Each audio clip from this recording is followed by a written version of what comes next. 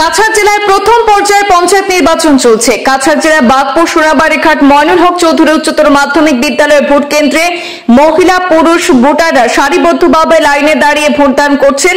কাছাড় জেলার 7টি বিধানসভা কেন্দ্রে জেলা পরিষদ, আঞ্চলিক পঞ্চায়েত সদস্য, গ্রাম পঞ্চায়েত সদস্যদের ভাগ্য নির্ধারণ করবেন আজ ভোটাররা। বাগপুর সোনাবাড়িঘাট জেলা পরিষদের নির্দল প্রার্থী সাজিতা পারভিন লস্করের প্রতিনিধি এবারে তাদের জয় নিশ্চিত বলে দাবি করেছেন সাংবাদিকদের সামনে। পঞ্চায়েত নির্বাচনে জেলা পরিষদ আসনে সাজিতা পারভিন লস্কর বৃহৎ ভোটের ব্যবধানে জয়ী হবেন এবং জনগণের স্বার্থে জনগণের হয়ে কাজ করবেন বলে আশাবাদী ওনার প্রতিনিধি।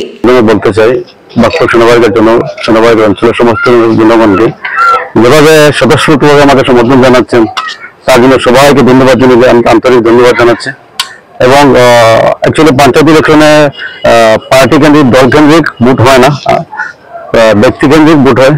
তো আমাকে যেভাবে সমর্থন জানাচ্ছেন, সহযোগিতা করছেন, স্বতঃস্ফূর্ত সবাই করতে বের হয়ে আমাকে সমর্থন ভোটিং করছেন, আমি জনমত নিয়েছি। তো সবাইকে আমি ধন্যবাদ জানাচ্ছি।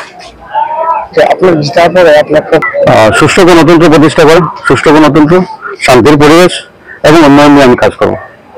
আপনি কতটুকু আশাবাদী? ইনশাল্লাহ 100% জিতবো ইনশাল্লাহ। লক্ষ্য প্রতিদ্বন্দ্বী এখনো দ্বারা কাছে কেউ নেই।